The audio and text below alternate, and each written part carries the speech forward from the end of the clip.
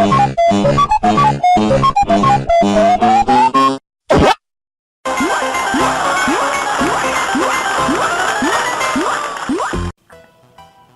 up everyone of YouTube, Voan here today, and today I'm gonna bring you another retro reviews, and we're gonna look at this thing right here. This is the Game Boy Pocket. We already done a review for the original Game Boy, so today we're gonna look at its upgrade, the Game Boy Pocket here. Now, back in the early 90s, there were people were pretty much getting tired of the stale old Game Boy.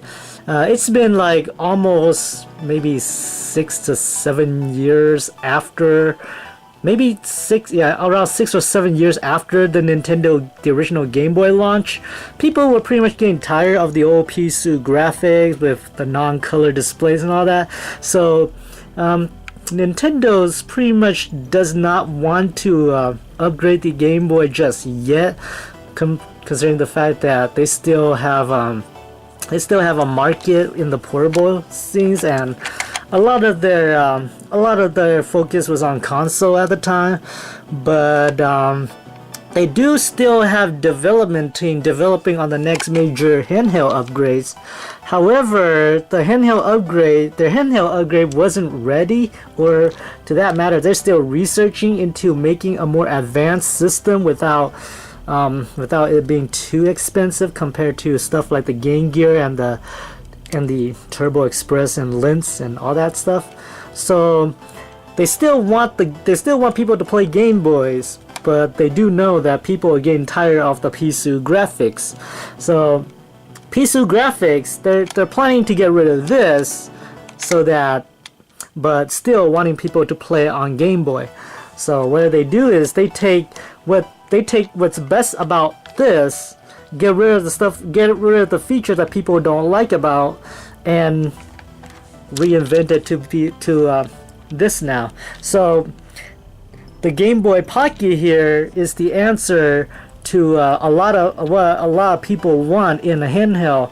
And this one, the Game Boy Pocket, was released around 1996, so that's basically 7 years after the original Game Boy launch. You can tell it's designed to be much more compact, much more slimmer. It's actually much more lighter too than the brick side original Game Boys. It's not only that, but the layout is pretty much almost the same as the Game Boy's layout. However, if you look closely, there's some oddity difference. It's smaller, it's also thinner, and if you look at the back, instead of 4 AA batteries, the Game Boy Pocket now only allows you to use 2 AAA batteries. Now remember, AAAs, AA's. Now usually AA's last longer than AAA, so with these 2 AAA's, it'll last you at least up to 15 hours of gameplay. But that's still great considering that these are meant to play on the go anyways. So they still last long than all the competitors. It's just that the AAA's are cheaper, and not only that, if you look at the screen, don't look at the border, but only the screen, you can tell the Game Boy Pocket screen is actually a little bit much wider than that of the original Game Boy. You can't really tell by these comparisons, but in actuality, this screen is a lot more brighter. And not only that, it's a lot much cleaner too, a lot more crystal clears, and you actually get better pixel quality out of the Game Boy Pocket than what you ever get with the regular Game Boy here. Also with the Game Boy Pocket, you get some the graphics look better, and not only that, it reduced ghosting. So if you play a game like Operation C here, which is the game that I have for a very long time, you turn it on, that's how it is. So instead of the pixel monochrome graphics of the original, you get a much more true to life black and white graphics now. The Pisu qualities are gone now. So if you look at that, that's Operation C running on the Game Boy Pocket here. The audio actually sounds pretty nice too. Here's the plug. Here's the plug for the power adapter. So if you wanted to play this at home, you can just plug it to any wall outlet you can just play it to any wall outlet with the adapter that it came with. I don't have the adapters for this. And usually when I do have it, it's all over the place, but nowadays it's just gone, so I pretty much rely on batteries, and these batteries will last, so I haven't had much trouble getting batteries for this. Not only that, but here's the headphone jack for it. It's kind of similar to how the Game Boy, regular Game Boy's headphone jack is. You still get the mono speakers, and you got the regular D-pad. Unlike the original Game Boy though, this D-pad is more akin to the Super Nintendo D-pad and the original NES D-pad compared to the Game Boy's D-pad. If you notice, the Game Boy D-pad doesn't have arrows in them, only has a lot of those kind of lines or all the stuff, whereas on the Game Boy Pocket's D-pad you can actually see arrows in them, which is okay. They don't blister the thumb as much as the console's D-pad on the controllers, but these ones are not too stiff and it's actually more smoother. Not only that, but the start and select buttons are now more akin to the layouts to that of the original NES controller, whereas if you look at the original Game Boy, they were much more italicizing. I mean, they are much more crooked compared to the parallel designs of this one. I mean, if you look at the NES controllers and the Super Nintendo controller, you can tell the regular Game Boy select and start button looks like the Super Nintendo ones, whereas the Game Boy Pocket returned it back to what the NES used to look like. So that's a good thing with the Game Boy Pocket here, is that it's actually simplified this start and select to be more like the original ones, whereas the original Game Boy made it more like the upgraded ones, made it more like Super Nintendos. Also, these start and select buttons are much more easier to press compared to these ones, considering that they are almost carved in, whereas these ones are much more pop out, so you can press it without actually doing a hard damage to them. And on the back here, you still got a cartridge slot. That's my initial right there. You get the extension link cable port here. This allows you to link to another Game Boy or Game Boy Pockets and let you trade Pokemons or play multiplayer games. Here's the volume slider where you can adjust the volumes to how low or high you want. The on and off is up here, and on the back here you got the contrast. If you don't see anything on your screen, best to just adjust this and it'll change the contrast for you. Works great if you're going outside and you don't see anything, you can just use it. Yeah, one thing that still bothers a lot of players though, considering these old Game Boy, is that like the original Game Boy, even though it got rid of the ugly pea soup screen, it still lacks a backlight. So even if the screen quality is much better now, there might be time where you have a hard time seeing what's on screen. There's no ghosting though, but you can still see some clear picture, just not super detailed like the later Game Boy models. So yeah, and actually this Game Boy Pocket here is actually a second model of the Game Boy Pocket. If you look at it here, you can see the LCD lights, whereas if you take this game out and you look at this other Game Boy Pocket, now this is the first model. As you can tell, it doesn't have an LCD light, so if you plug a game in there and you turn it on, you can tell there's no LCD lights. So yeah, this is actually the problem with a lot of those earlier. Many people are kind of pissed about the no LCD lights. So, but I really don't mind about the LCD lights. But I have to say, Nintendo did do a good little upgrade with these Game Boy Pocket here. So if you look at Operation C here, yeah, you can tell the graphic actually look a lot more cleaner. And if I can only get out of the way, you can see how the graphics look on that. The screen is not as bad as what the GameCon screen looks, but yeah, they are hard to see sometimes without the backlight. So that's pretty much how a Game Boy Color or a Game Boy runs on the Game Boy Pocket. It's pretty much the same on this one too.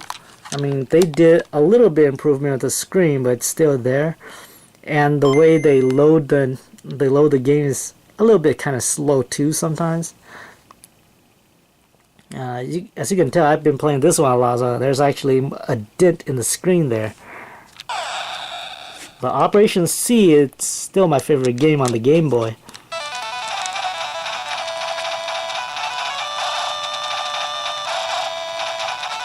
So as you can tell, it runs really good.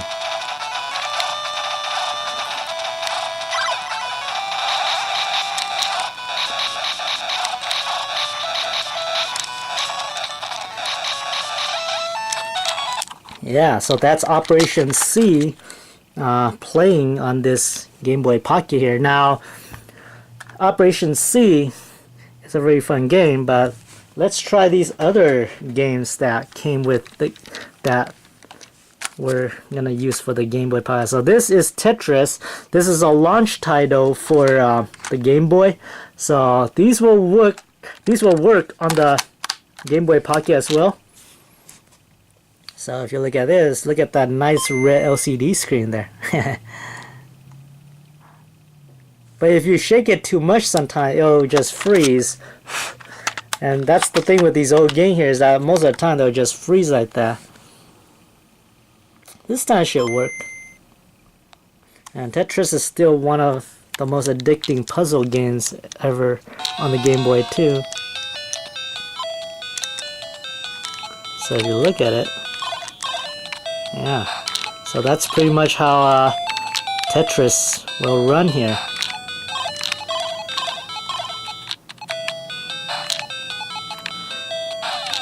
I don't get how Hollywood pretty much told us that they're gonna make a movie out of this game. I just don't know how that'll work out. Maybe it'll have something involving bricks, or having a human study these blocky things, or a story on how to use them, or how they exist, or something like that. I don't know. You just can't make a story out of Tetris. I mean, how will you gonna make a story out of Tetris? It's just block falling. So that's pretty much Tetris right there. So this is a launch game for the Game Boy. I have had this game for the longest time too. Everybody I know has this game, so on Game Boy. So you pretty much go anywhere and you still see these around. These cost next to nothing, so I pretty much when I first bought this, it was $2. Right now you can pretty much go to any retro store, and if you see it, it'll probably cost like around like $1 or maybe 25 cents or something. Heck, you can even get it for free sometime too. If you download this on Virtual Console, you probably might get ripped off, but I only got this for $2, and there's really nothing wrong with it. Yeah, I didn't have the chance to buy this at launch because I never got a Game Boy at launch. So yeah, and it is still an addicting, fun game. Same thing for Contra here too, Operation C. Next, we have Super Mario Land, another one of my favorite. I bought this the same year I bought the Game Boy Pocket. So let's see how it works. As you can tell, the guy who sold it to me, his name is Rob. So I didn't buy it I did not bought this back in the 90s, but it'll be great if it was. It'll be great if I did buy in the 90s. I mean, back in the 90s, these are the kind of system that I want. But Super Mario Land, you can tell it plays similar to that of the original Super Mario Bros. It has some pretty neat 8-bit graphics. Everything looks very small in this game. As you can tell, the blocks are small, the sprite is small. Everything about it is small, and that's a good thing about these kind of games, that they want you to get the feelings of pocket power. So that's pretty much what Nintendo was aiming for when they made a game like this. The coins are also small, the enemies are small, everything is small. Of course, it only applies to this little game here. The other thing I don't like about this game though is that the firepower in this game feels kind of different. It doesn't travel on the ground like what a normal fire flower power-up used to do. So if you shoot the firepower, it just bounces off screen. And if you shoot it while close to a pipe, it just ricochet. So yeah, like this, it doesn't disappear like a normal firepower used to have. Nintendo doesn't really count this power up as a fire flower though, more like a bouncing flower or something. I don't know what it's called, but yeah, I just don't like this kind of firepower here. So it'll be really great if they remake this game and fix this firepower, because having this bouncing thing here is not good. I mean, I don't like stuff that ricochet like this. But it's still an enjoyable game. It only has like 12 levels, and the game is very, very easy to beat. So,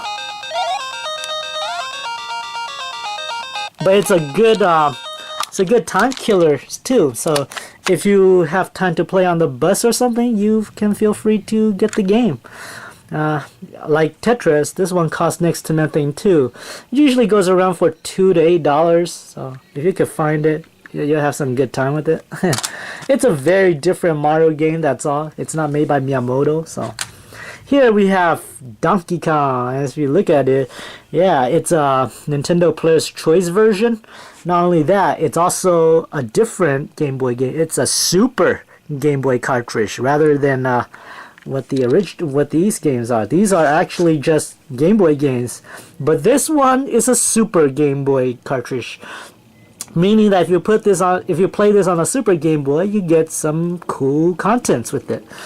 But here we're using it on the Game Boy Pocket. So, oh man, it glitched. So that's a good thing about when you look at the logo here. If you see the logo glitching on you, you know right away that the game is gonna have fault with it. So now here's Donkey Kong.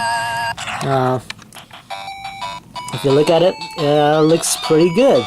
Look nice for Game Boy games there. At first, you might think that this game plays a lot like the older game, but in theory, it's actually its own game. So let's see, maybe we could play one of these safe. So it actually has a lot of levels. So as you can look at it, it's more akin to the Mario vs. Donkey Kong series for the Game Boy Advance, where you actually had to go solve puzzle, collect keys, all that stuff. So if you look at it, yeah, that's pretty much what you do. You grab the keys, kill the bad guys, and enter the door. So there it is. Yeah, the graphic just doesn't... I mean, there's more ghosting here than on the camera than on the handheld. So if you play this on the handheld side, then it'll look much better the way it is. But Donkey Kong, this is not the same version that was on the arcade, so it does have the arcade levels in here on the very beginning. So, and those were very simple to complete. Once you go through with those, then all the other rest of the levels are like all brand new. So this is actually a much different game than what the arcade NES version is. So yeah, it's a pretty neat game. If you happen to find this one, you can get it because it's actually very good. I got this for at least $3, so it's not a bad deal right there. And next we got Final Fantasy Adventure. This game is not Final Fantasy though. So if you have played games like Secret of Manas and Secret of Mana 2 on Super Famicons and Children of Mana, Legend of Mana, all those Mana games, yeah, this is the very first Mana game. And fortunately back at the time, Squaresoft was like, to introduce this as a different game is very, very risky for Squaresoft. So they actually handed this game to Sunsoft, and Sunsoft localized this game over here. And to make it so that it will sell better, they borrowed the Final Fantasy name and just call it Final Fantasy Adventures and add at least a few of the Final Fantasy elements to it to make it feel like Final Fantasy. Therefore, this one is almost kind of in between those two franchises. It's kind of like Final Fantasy a little bit, and in a lot of ways it doesn't. But in actuality, this game is the very first Mana game. So, in Japan, it's called Seiken Densetsu. So, yeah. Also, if you haven't played this game yet, Square Enix is bringing the remake of this game to the PS Vita. So if you have a PS Vita, you might be able to get a chance to play this one. I mean, not the original, but the remake one. So if you look at this, if we continue, yeah. So that's pretty much the two save files. And this is what the game looks like. So, yeah, it does look a lot like what a Zelda look, but if you know Secret of Manas, yeah, the game is kind of inspired a little bit by The Legend of Zelda a little bit.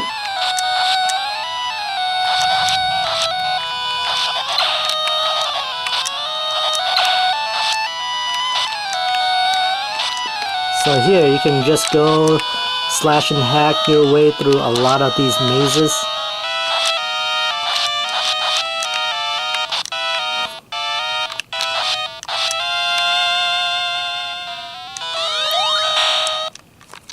Yeah, so that's pretty much just a testing of it.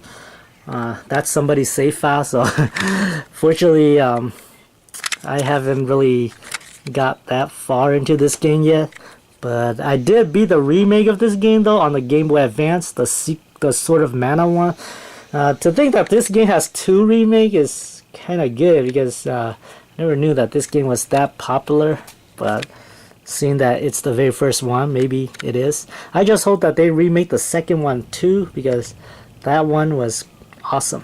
So, and next we have an import title. This one is called Ryobao Garu Special, which if you translate it, it's basically Ryobao Fatal Fury Special, but on the Game Boy. So this is a Super Game Boy enhanced game too, I think, or maybe not.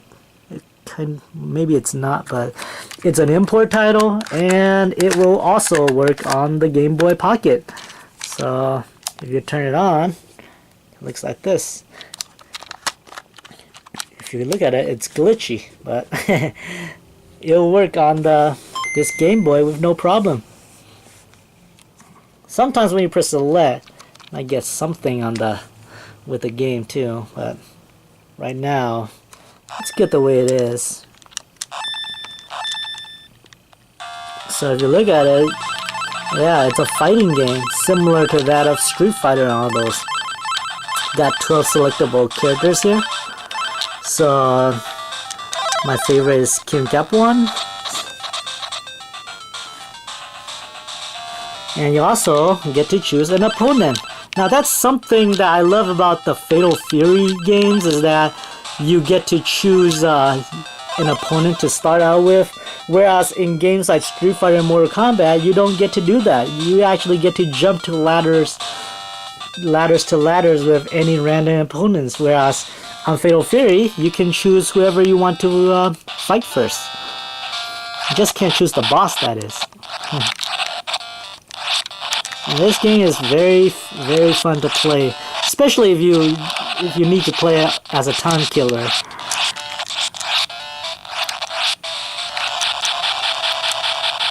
Yeah, that is awesome. It's almost as fun as King of Fighter too. I mean, these Neo Geo games on the Game Boy are usually what I prefer to be some of the best fighting games ever on the system.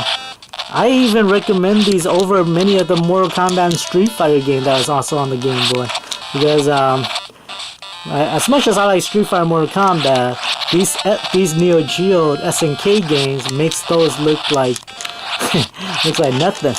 I mean, just look at it. They're more responsive to play, easy to maneuvers, and they're actually very good. Runs very fluid too. So, Real Bout Fatal Fury Special, a very fun fighting game. Also from Takara, the same people that makes the Samurai Showdown game that I really like. Next, we'll try a Game Boy Color game. That's right, this is a Game Boy Color game, not a regular Game Boy game. A Game Boy Color game, but black.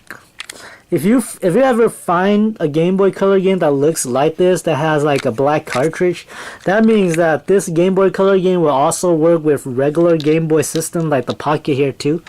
So if you play it, it'll pretty much be more like the original Link's Awakening though, but you're playing the DX version instead of that regular version. So yeah, in theory, you're pretty much just playing Link's Awakening again. Now you can't really get to the color dungeon in this game, because the color dungeon will only open if you play this on the Game Boy Color. So basically, if you play this here, then if you already get the bonus from the color dungeon, then you can still play them in here though. But yeah, if you play this on this Game Boy here, the color dungeon will not appear because of the feature of the Game Boy Color. So as you can tell, it's a really fun game to play. And the music sounds really good. Like all Game Boy games. Game Boy Zelda game, that is. So yeah, this is Link's Awakening DX. Still works on regular Game Boy. Also, I think Pokemon Gold and Silver also works on regular Game Boy too. They're Game Boy Color games, but they have black cartridge like this. So now, this is the kind of game that does not work on regular Game Boy like this. So this is an actual Game Boy Color game, and these clear Game Boy Color cartridge indicates that it will not work on these regular Game Boy. So as you can tell, they have these bubbly thing up here. If you try to plug these onto I think if you try to plug it into any regular Game Boy, they won't go all the way in, but you can still I mean, if you try to plug these into these regular Game Boy here, I think they still go in, but yeah, they just don't work.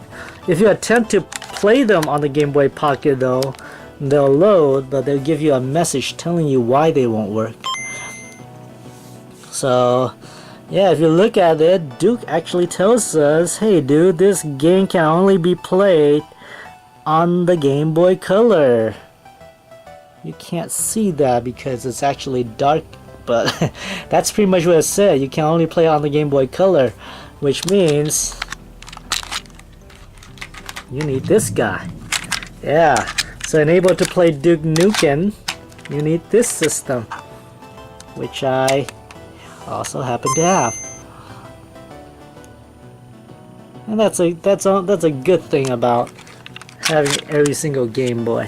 So yeah, I'll review the Game Boy Color next time once I use all of its feature and test all of its stuff first. But I have to say the Game Boy Pocket, about the Game Boy Pocket here, I say that the Game Boy Pocket is a really good little upgrade to the original Game Boy. It doesn't bring a lot of stuff to the table, but it does improve on a lot of things that the original Game Boy has. So the size is much smaller now, so you can actually put it in your pocket. A lot of your old games will work on the Game Boy Pocket, even some Game Boy Color games that are not clear cartridge. So as long as you don't have those clear cartridge, they'll work. You have the start and select button. Looks a lot more like the NES select and start button compared to the Super Nintendo one, so that's a good thing if you like that. As you can tell, the Nintendo logo is actually more carved in now, or actually more yeah, it's actually more designed into the system, unlike on the original Game Boy where it's just printed in there. And yeah, the screen looks much clearer, much cleaner too, much wider. The battery actually lasts shorter now, considering you're using triple A's instead of double A's, and you're not using 4 but you're using 2 now, so you actually got half the battery life. But the batteries are actually much cheaper, so that's a good thing. The D-pad feels much smoother and better. Doesn't blister your thumb as much, and yeah, you can actually put this in your pocket and take it with you whenever you want to play outdoors. Of course, you can't play this at home in the dark though. You still need a backlight to do that, but if you're the kind of people that goes out all the time and really enjoy playing retro games on the go, then the Game Boy Pocket will have you covered with all of that. So if I have to give the Game Boy Pocket a letter grade in terms of its portabilities and all these stuff, I'll give it at least an A-. It's a definite good upgrade. It doesn't give you much, but it does do a lot of good things with it. It offers that classic black and white, but in a much more clear screen rather than the pea soup that you used to have. I mean, this screen was used in almost everything. I think it was in calculator. It was pretty much in almost every old-fashioned things that happen to use LCD. Tiger games too, and I'm glad that Nintendo ditched the pea soup for this much clearer ones, and now it actually looks much better.